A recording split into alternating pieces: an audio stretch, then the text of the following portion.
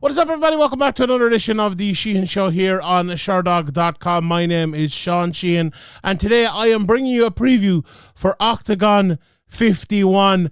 I've talked about Octagon a couple of times on the podcast before. I've never done a full preview for the card, but I didn't want the year to go without doing one. This is a very good event. There's some very good fighters, and I'll run you through the top 3 or 4 fights here, talk about a couple of the other ones as well. But the fact that there's no UFC, Bellator, PFL going on this weekend. There's a Rizin card, all right, but it's basically the Octagon and the Rizin cards are the two main cards this weekend. And I wanted to look at the Octagon card because I feel like they deserve it, you know, like, oh, they deserve my acclaim, you know, not that at all, but I feel like they have done some great things in the last year and more. They are one of these promotions that, you know, because we have the UFC, because we have Bellator, because we have everything else, including the likes of Cage Warriors and KSW, which are there and obviously more established than Octagon, they're almost sometimes the one we kind of leave to the side, and that shouldn't be the case. But obviously for someone like myself, who is very, very busy, and obviously we, you know, a limited number of podcasts we can produce every week, it's, you know, Octagon is often the one that misses out, and I don't like that. I hate that, to be honest, and hopefully I'll be able to do more on Octagon, and I'll force myself to do more on Octagon, even if it's in the betting show, you know, in future, because I really do think they are, like, it's hard to argue that anyone apart from Octagon are the largest growing MMA promotion last year. Like, obviously PFL up there as well, but, you know, PFL because they bought Bellator and because, you know, they got some investments and stuff like that. But Octagon, from, I suppose, where they were in terms of people knowing them, where they were in terms of, you know, the pay and everything, like, the pay is massive. They're doing $1 million tournaments. They're doing, you know, they're signing people we know. They're producing good fighters. And, yeah, a big shout out to Octagon. Watching the tape on a lot of these fighters, I went back and I watched a good bit of Octagon, and I must say the production is very good. The commentary is very good as well. Now Brian Lacey is over there, and Luke Barnett does a bit of commentary and other people for them as well. So I have been very impressed with Octagon, and hopefully this is the, you know, the start of more chats about Octagon. I spoke to Paddy Houlihan earlier on in the year. If people haven't seen that interview, please check it out. And he was on their Ultimate Fighter like show, and that was actually, like, you know, other places have done them as well. That was probably the best one I've seen outside of the Ultimate Fighter. It was more real. They showed the actual guff going on in the house. Like, it was genuine kind of up-and-coming fighters fighting for a chance, and then they ended up fighting each other, you know, in the show, but later on after the show and the event as well.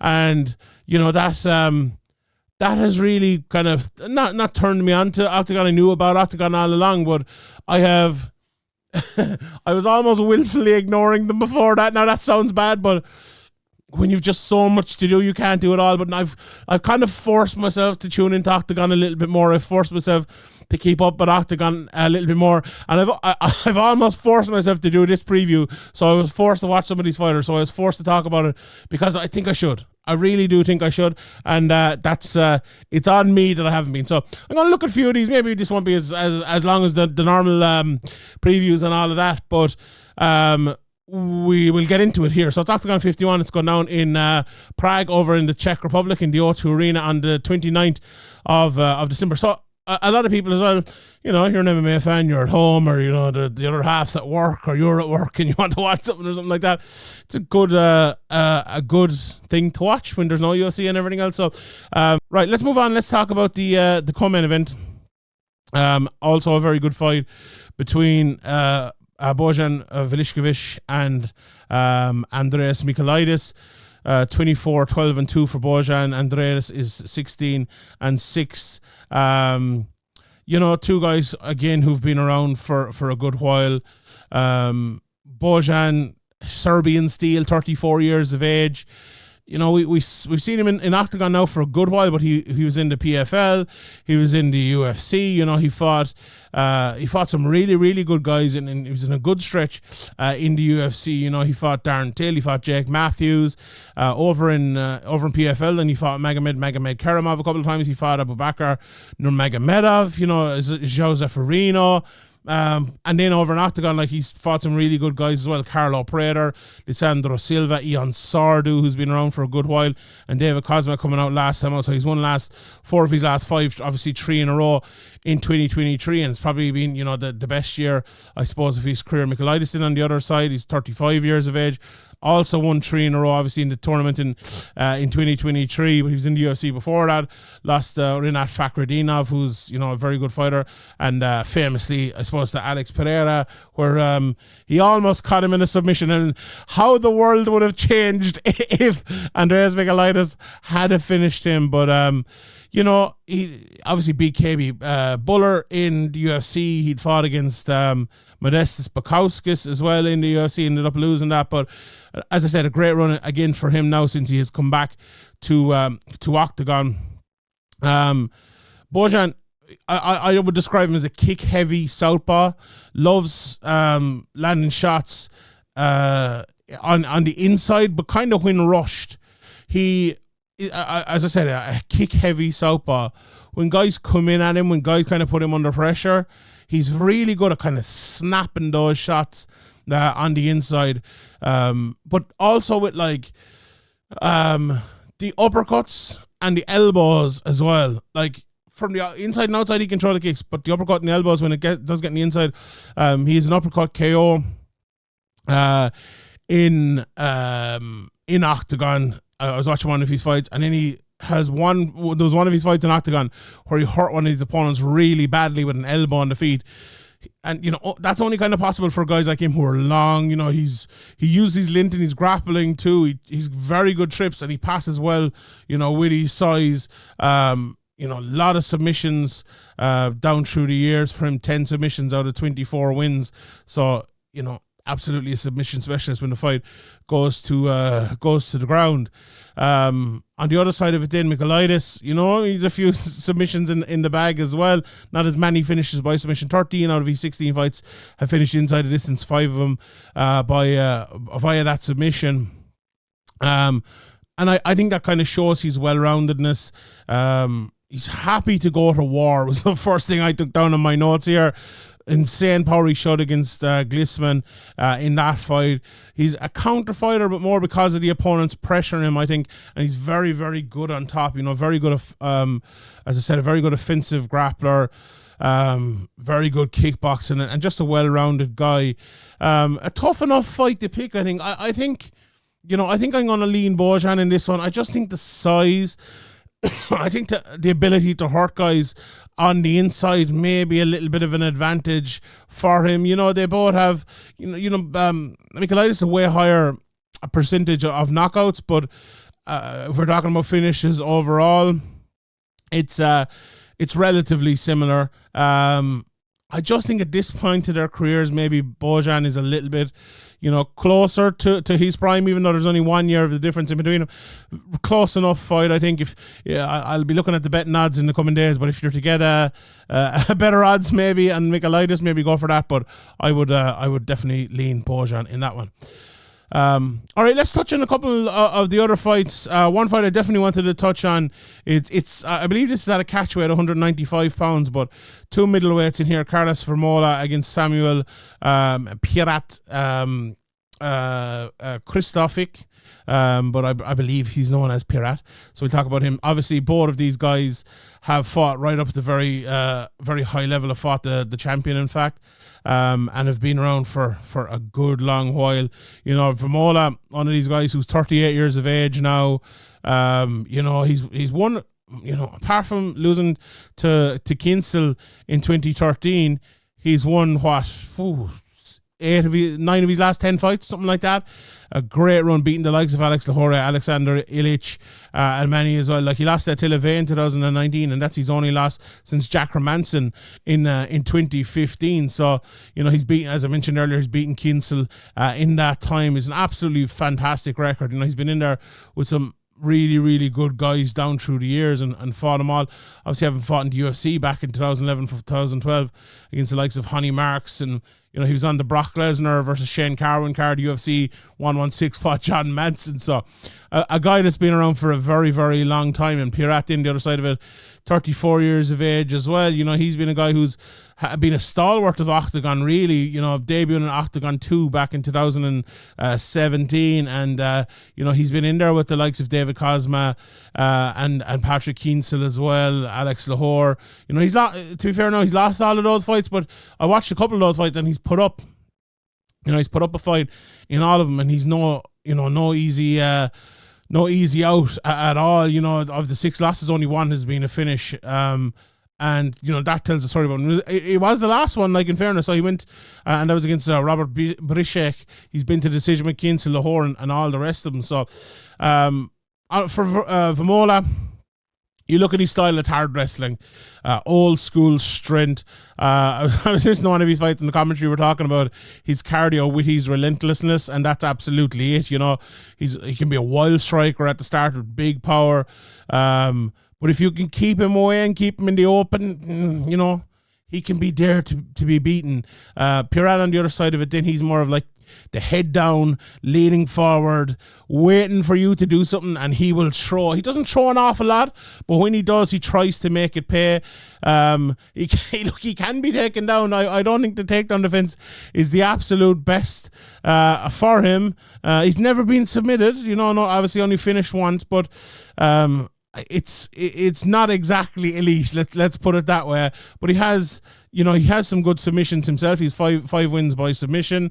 His opponent, obviously Vemola, has a few more with 19 of them by submission. But I do think if Vemola does get the fight to the ground, especially if he gets on top, he has a great chance of winning it. Look, a big part of his game is kind of backing you into the cage and using the wrestling to take you down. And Pirat is the other side of it. Then he I think he'll want to keep it on the feet. As I said, that kind of head down pressure type of fighter. That's what he will want. I like Vemola in this one. I think he will get the takedown, and I think he will get the win. Right, let's run through another couple of light heavyweight. Martin Zawada, who's been around for a good long time, is fighting David Skvor, who is also out of the Czech Republic. Zawada from Germany/Poland. 40 years of age now. He's been around the likes of KSW. People probably know him for a long time. His brother, David Zawada, is probably a little bit more well known, but he's a lot of knockouts, 18 wins by knockout. I think good jiu-jitsu as well. Skvor on the other side of it, in 34 years of age, fighting out of Prague. Heavy hitting Muay Thai type of stylist. Very good knees, very good punches. A couple of submission wins, but hard to see him kind of living with the BJJ of Zawada if it does go there. I'm going to keep maybe some of these picks for the betting show, and we'll see how we go on in that one. I gave my picks for the top few fights, so we'll see on the rest of them. Ion Surdu also on this card against Stefano Paterno at a welterweight. Surdu fought in KSW a good few times. Again, very heavy hitter. I believe 10 of his 14 wins are via knockout. His head kicks, power in his punches and all of that. He fights out of the Akados MMA gym in Poland, who we know has all great wrestlers. Paterno in out of Italy, 28 years of age. He fought in Bellator, and a very, very popular Italian fighter. He fought in Bellator Dublin, I believe, against Ion Pascu. Dangerous as well, powerful, good on the feet. Not a bad wrestler with good submissions as well, and a guy who likes to get it done early. Aboubakar then is fighting Karol Rysavy. Tounkara is a guy who I've watched a good few times down through the years. He's 15 fights into his career now. Obviously haven't fought in Bellator. I covered a few of his fights. A really good striker with knockout power. He'll take one to give one, and that's the type of fighter he is.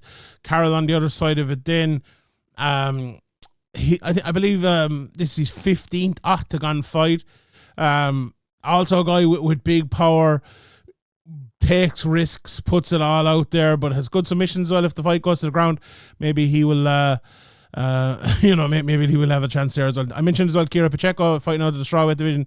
She's taking on Eva Dourthe, who's 7-5. Chiara has fought in Bellator. A lot of submissions on her record. I believe 5 for 8 wins by submission. Very good at armbar and good wrestling as well. And Dourthe in her opponent. She's out of the French gym Hexagon MMA. Mehdi Ben Lakhtar, people might know, the former Cage Warriors title challenger, is out of there as well. A lot of decisions on her record. She's fought some good women, Corey McKenna and Katrina Delidze. So I actually feel like that's going to be a very close fight. I'm not sure I'm picking in that one. To be honest, I'd probably go for a pin show, but at a push. Then Radek Rousal and Callum Parker are one of the opening cards, only a few fights between them. Magdalena Sorma against Mallory Martin. If people don't know Mallory Martin, you probably do remember her now out of the UFC. She fought in Invicta, she fought in Contender Series, good wrestler, but on 3-fight skid at the moment, so she'll be looking to come back here now. Magdalena then is a women's pioneer from this part of the world. Fought in KSW, Invicta, very good submissions, and she'll be looking for one of them again, I'm sure. Tomas Fiala then in the lightweight division is taking on Hassan Shaban, who's 2-1. Fiala, former IMAF guy, very well-rounded fighter, not the best record in the world, I suppose, but it's some good opponents. And then Shaban, 23 years of age, only in his fighting out the UFD gym in Dusseldorf, who's a very good training partners there, and he's a good wrestler himself as well, so interesting to see where he can go from. In the main event, we actually have a change. I recorded the first part. Patrick Kinsel was supposed to fight against Vlasto Shepo. I recorded it, got it in, and then like the next morning, I got a text from my good friend Sean Diddy telling me that that fight was actually off, and there is a new opponent, which is Peter Vravniak. I'm sure I pronounced that right. We'll go with Peter from now on, but it's again a very interesting fight though for the main event. I believe an interim title is on the line here now after Kinsel pulled out of the fight, unfortunately. And look, it was a fight I was really looking forward to. I thought Kinsel had a big chance of winning it. I think he probably would have won it. I really like him as a fighter. I love the way he fights. I had a big breakdown about maybe his athleticism and his level at the very top, but that's completely changed now for Sepp. And I just wonder, because you're meeting a completely different style of fighter, which I'll break down in here in a second. I've watched a bit of Peter this morning, obviously doing the re-record here, and he is a very good fighter, but he isn't at the level of Kinsel, but he isn't the style of Kinsel either. You look at Kinsel and he is more of your straightforward right hand down through the middle, but really good athlete, really strong, really flowy, who changes senses, does different things. Whereas Peter on the other side of it, he is, a judoka who throws these wild punches, who isn't exactly the technical beast that Kinsel is, and it's a very different matchup. Like some say it's an easier matchup, and I don't think Vravnica is as good a fighter as Kinsel, not even close, but it brings a different sort of challenge. You ever hear black belts talking about the hardest role for them sometimes is the white belts, because you never know what they're going to do. And I'm not saying Vravnica is a white belt or anything like that, but he is a different sort of challenge for Seppo. So just on Peter, he's 32 years of age, trained out of Poznan in Poland. He fought in KSW a good few years ago, but he's the Babylon MMA middleweight champion, which is, a pretty good level to have reached. He is on a pretty good run at the moment. He has won his last 4 fights in a row. 3 stoppages in that run after he had lost a couple of fights, and maybe he doesn't have all the names on his record that you would know from this sort of scene, but some of the guys he's beaten have very good records. He's when you fight in the likes of Babylon and places like that, you know that someone is of a level.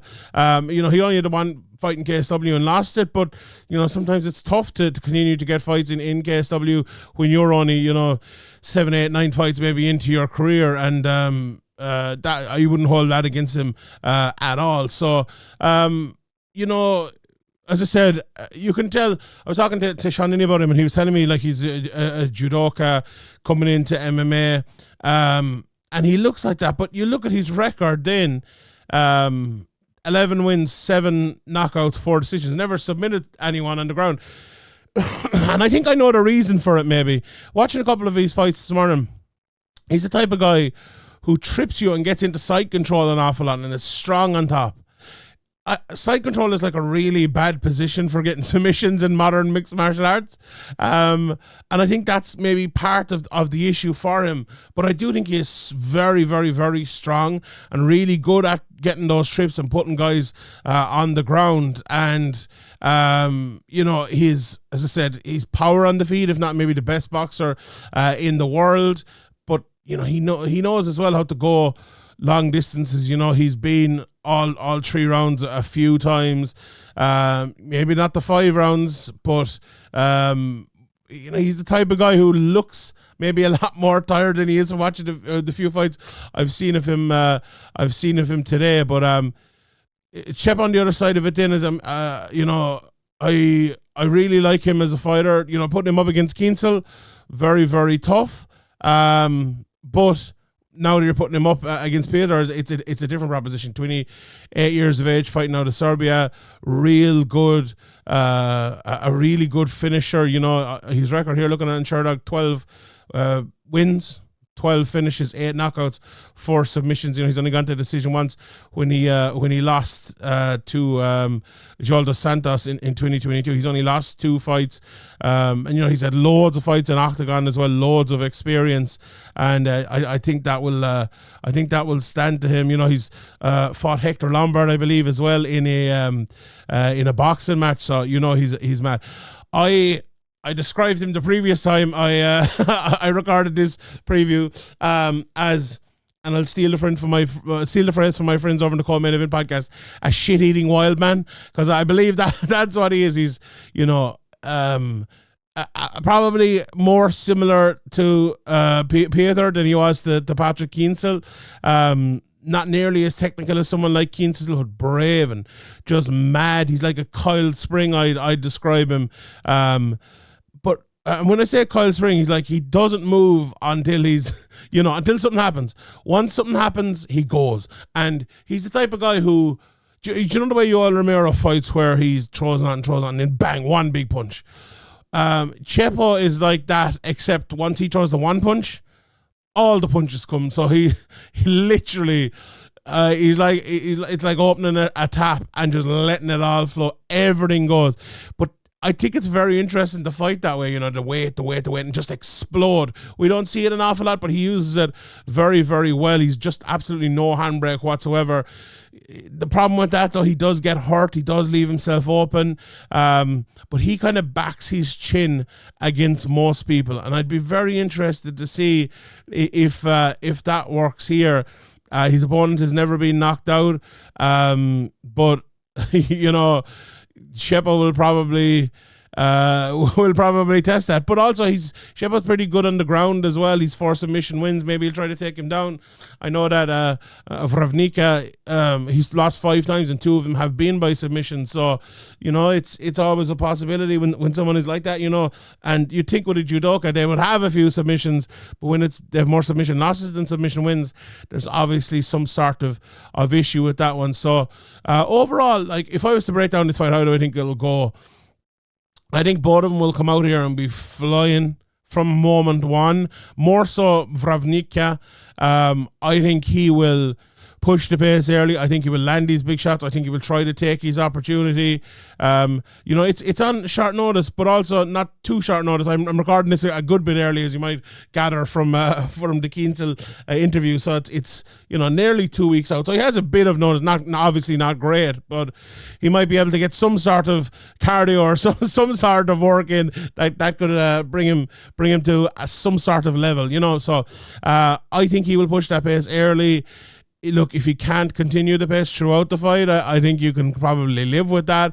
But at the other side of it then, I think I think that Shepo will be good on the pace. As I said, the way he fights, where he kind of waits and then bursts, but it's long bursts. That's tough to do. But the way he fights, I think it's, I think he's used to it. He's used to fighting that way. I always remember there was a friend of mine, and he used to play rugby, and he's a pretty high level rugby player, and fit as a fiddle. He used to go training every morning at like 6 o'clock, and I watched him play a rugby match once, and he was running non-stop for 80 minutes, and then I was like, we'd like an indoor soccer game during his off season. I was like, oh, do you want to come?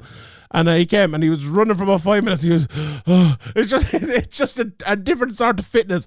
Some people have different sort of fitness, and I think that's like this. I think Shepo has a fitness that is really good for his style, but if Wawrinka can push that and make him fight for a full 5 minutes, for a full 10 minutes, for a full 15, 20 minutes, it's going to make it tough on him. But look, my pick, without a shadow of a doubt, now is Shepo. My pick was Kienzl first time around, but I think Shepo will win, and I think the pace might be a bit too much for him. I think if he can stop a takedown,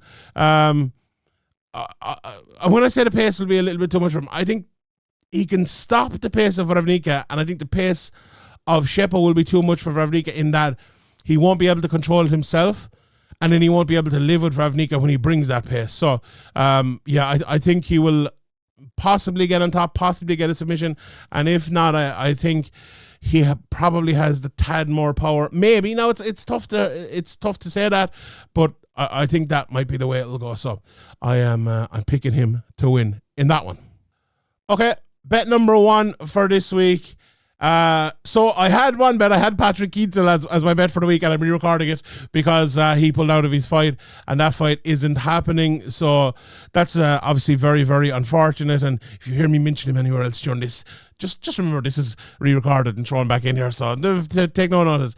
My bet now, my number 1 bet for this week is Kyoji Horiguchi. I'm going for him to win his fight over Makoto Shinryu, and he's minus 350. So honestly, some of the prices I mentioned are not amazing on this week's show, obviously because we're coming towards the end of the year and all of that, and I'm not giving a flyer this week. But I really like Horiguchi at minus 350. Now, it's not the biggest price in the world, as I mentioned, but I think it should probably be a little bit bigger. And if you are looking for something to throw into, your Akas this weekend, I think this would be a pretty good bet, to be honest. I've watched a good bit of Shinryu before. I covered the card, was it this time last year that he was on, or a previous card that he was on anyway. And I was impressed with him, but also, they fought before, but it ended an eye poke after 25 seconds, so we're seeing it again here, and you can't take much from that. But watching him for Horiguchi now for the second time, I think there's two things that Shinryu won't be able to cope with Horiguchi on. First of all, and it's a very simple thing to say, but it's the speed.